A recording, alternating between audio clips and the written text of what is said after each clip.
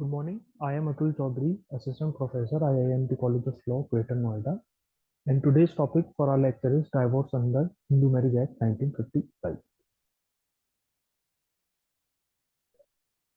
The word divorce comes from Latin word divortum, means to turn side to separate. It is a legal cessation of a marital bond, matrimonial bond.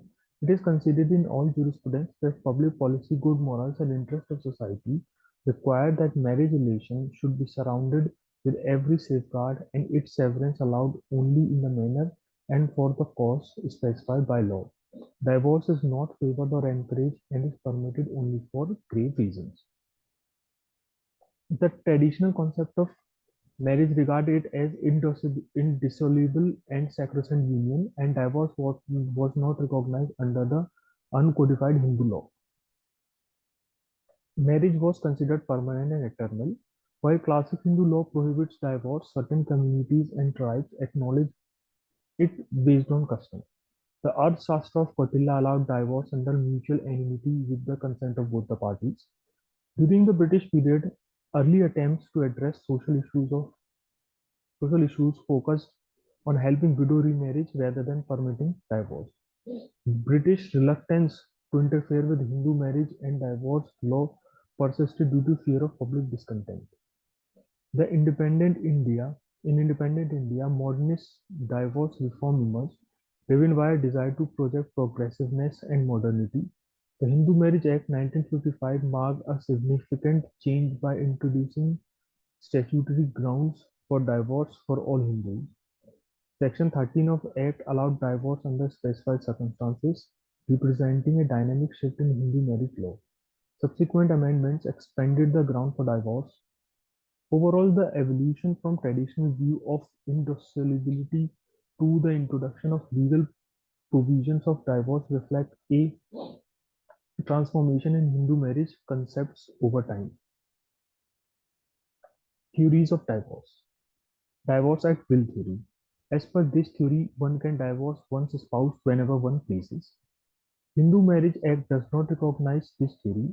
Muslim law recognizes this theory, and a husband at his free will without consulting anybody can divorce his wife. Frustration of marriage theory. Without there being any marital offense, if marriage is frustrated when one of the spouses is suffering from any physical ailment or mental unsoundness of mind, or changed his religion, or has renounced the world, or has disappeared for a very long period. In such a case, the other spouse should be free to put an end to the marriage by getting divorced. This theory has been followed by Hindu Marriage Act 1955 and follows as follows. Section 13(1), subclause 3, incurability of unsound mind or mental disorder. Section 13(1)(4), virulent and incurable leprosy. Section 13(1)(5), venereal disease in a communicable form. Section 13(1)(6), renounce the world by entering any religious order. In 2019, the ground venereal and incurable form of leprosy is removed from the Hindu Marriage Act. Third is offense or guilt theory, also known as fault theory. According to this theory, when one of the spouses commits a matrimonial offense, the other may seek divorce from delinquent spouse. The expression matrimonial offense is important. It includes adultery, desertion, cruelty, rape, sodomy, bestiality, refusal to pay maintenance to the wife, marrying an underage person. This theory implies that one party is guilty and the other is innocent. But if the aggrieved party condones the act of the guilty party, no divorce can be granted. Divorce by mutual consent. Here, both the parties make a joint petition to the court for divorce between them. They genuinely decide to get rid of each other and they part amicably for good. The Hindu Marriage Act now permits divorce by mutual consent under Section 13(b). Irretrievable breakdown theory. There must be some stronger reason for them to live apart and get divorced. There should be complete absence of emotional attachment between them, and there must develop intense hatred and acrimony between them, so much so that their marriage is only a name, a dead one like a shell sent absence. It is now beyond the hope of salvage. It is therefore irrevocable breakdown of marriage. The breakdown of marriage is defined as such failure in the matrimonial relationship or circumstances so adverse that the relation that no reasonable possibility remains for the spouse to live together as husband and wife. Divorce under Section 13 of Hindu Marriage Act 1955. Realizing the futility of retaining a bond legally which has in fact become a bondage and source of agony, the lawmakers have provided a way out by enabling the parties to the marriage to seek dissolution of marriage on certain specified grounds. Hindu Marriage Act 1955 codified the marriage and divorce law for Hindus in a big way. Adultery, Section 13 1I, 1, Section 13, Clause 1, Subclause 1st. Any marriage solemnized whether before or after the commencement of this act may on a petition presented by either the husband or the wife be dissolved by a decree of divorce on the ground that the other party, now this is the first subclause of clause 1 of section 13, that the other party has after the solemnization of marriage had voluntary sexual intercourse with any person other than his or her spouse. Adultery is defined as consensual sexual intercourse between a married person and someone other than their spouse during the marriage. The act must be voluntary, and involuntary acts such as rape or mistaken identity do not qualify as adultery. The occurrence of adultery must take place after the solemnization of marriage to be a ground of divorce. Since a 1976 amendment, even a single instance of adultery is now sufficient for a divorce decree. Proof of adultery relies on circumstantial evidence rather than direct evidence. The burden of proof is high but does not need to reach certainty, only a high degree of possibility. For example, prolonged absence of a married woman with a stranger may lead to a conclusion of adultery, where admission in cross-examination is not enough to establish adultery. In some cases, bigamous marriage or abandonment can be considered adultery, leading to grounds of divorce. A case involved a husband living abroad for 23 years, contracting a second marriage, and being found guilty of cruelty, desertion, and adultery. The wife obtained a divorce and was awarded maintenance. First A of Section 13, Clause 1 is cruelty. It says, has after the solemnization of marriage treated the petitioner with cruelty. Cruelty is an ever-changing concept. Cruelty is in the modern sense encompasses both mental and physical abuse. Cruel acts are behavioral manifestations triggered by various causes in the lives of spouse and their surroundings, and each case must be evaluated on the basis of its own set of facts. While physical cruelty is easier to identify, mental cruelty is more difficult to define. Possibly mental cruelty is a lack of such conjugal kindness which inflicts agony on such magnitude and duration that it negatively affects the mental or physical health of the spouse on whom it is perpetrated.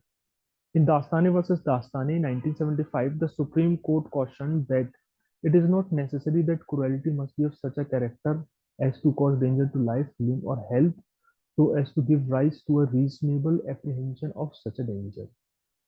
In Praveen Mehta versus Indrajit Mehta, the court has defined mental cruelty as a state of mind.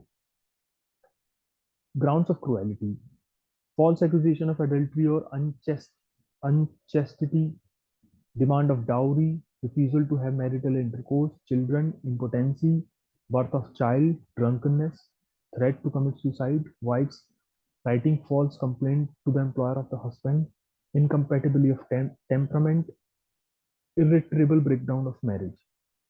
Not considered cruelty, ordinary wear and tear of married life, wife's refusal to resign her job, desertion as per outburst of temper without ill will. Desertion 1b subclause has deserted the petitioner for a continuous period of not less than 2 years immediately preceding the presentation of the petition.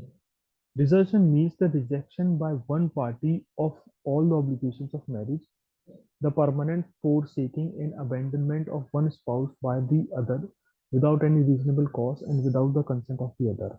It means a total repudiation of marital obligation.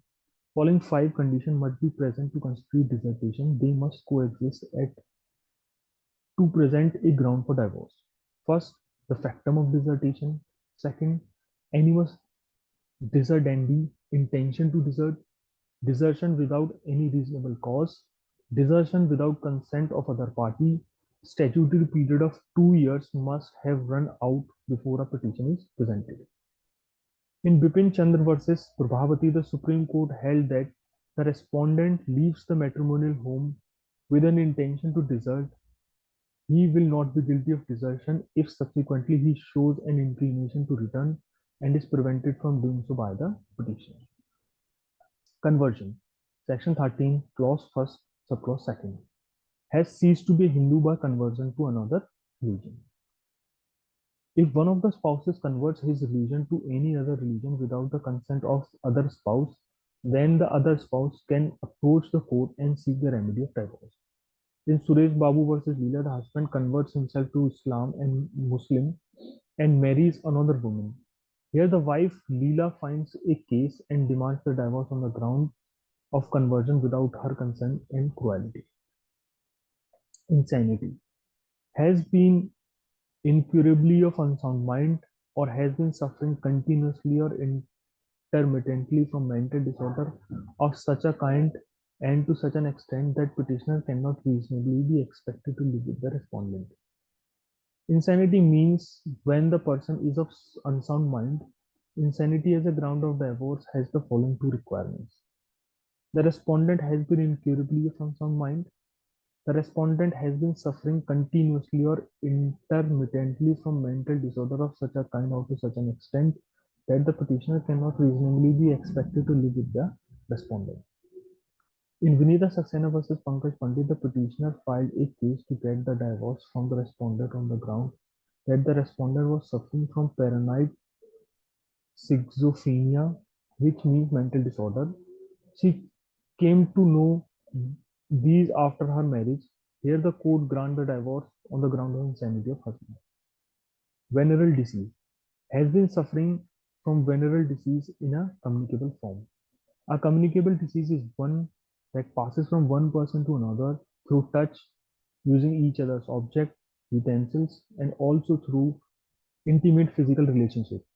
In order to succeed on this ground, the petitioner must establish upon medical evidence that the venereal disease which the respondent is suffering from is communicable. Further, after 1976 amendment, there is no statutory period now. Renunciation of the world, section 13, clause 1st, subclause 6, has renounced the world by entering any religious order. Only in Hindu law is renunciation of the world a reason for divorce, as renunciation of the world is a common Hindu concept. According to modern codified Hindu law, a spouse may seek divorce with the other partner if the other partner has renounced the world and entered a holy order. A person who accomplishes this is declared legally dead. Such renunciation must be explicit and absolute by joining a religious organization. Presumption of death. Section 13, clause 1st, subclause 7th, has not been heard of as being alive for a period of 7 years or more by those persons who would naturally have heard of it had that party been alive. In this case, the person is presumed to be dead if the family of or the friends of that person does not hear any news about the person alive or dead for 7 years. It is considered as the valid ground for divorce, but the burden of proof is on the person who demands the divorce.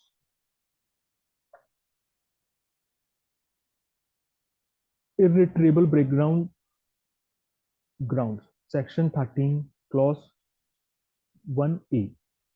Either party to the marriage, whether solemnized before or after the commencement of this act, may also present a petition for the dissolution of marriage by a decree of divorce on the ground that there has been no resumption of cohabitation as between the parties to the marriage for a period of 1 year or upwards after the passing of a decree for judicial separation in a proceeding to which they were parties, or that there has been no restitution of conjugal rights as between the parties to the marriage for a period of 1 year or upwards after the passing of a decree for restitution of conjugal rights in a proceeding to which they were parties.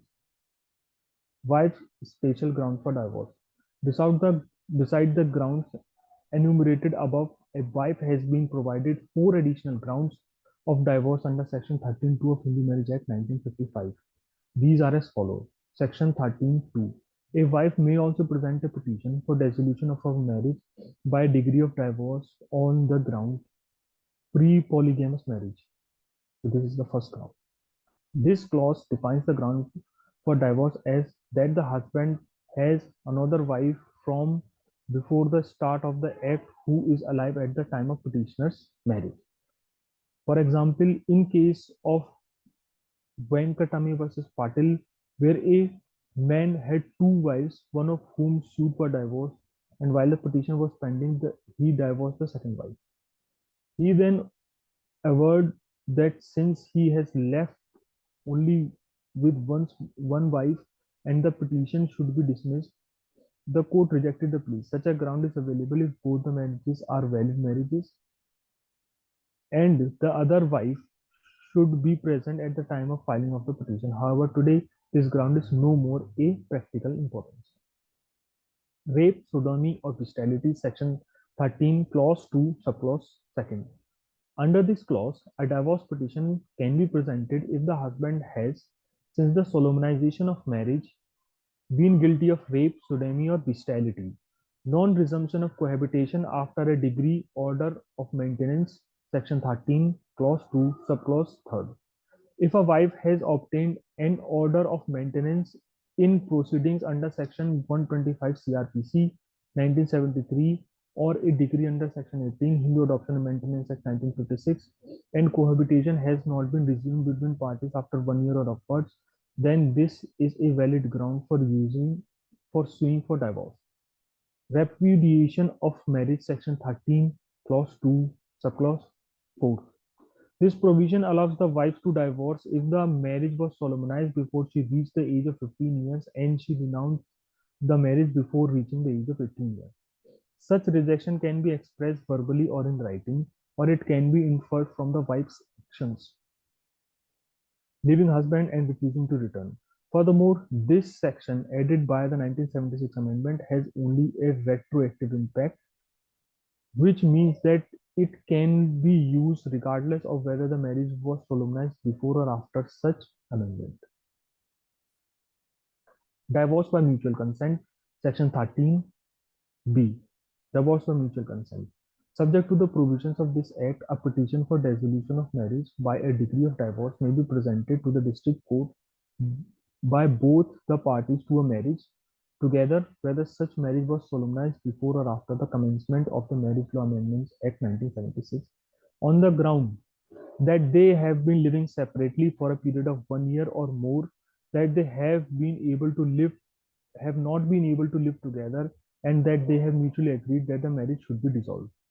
On the motion of both the parties made not earlier than 6 months after the date of presentation of the petition referred to in subsection 1 and not later than 18 months after the said date.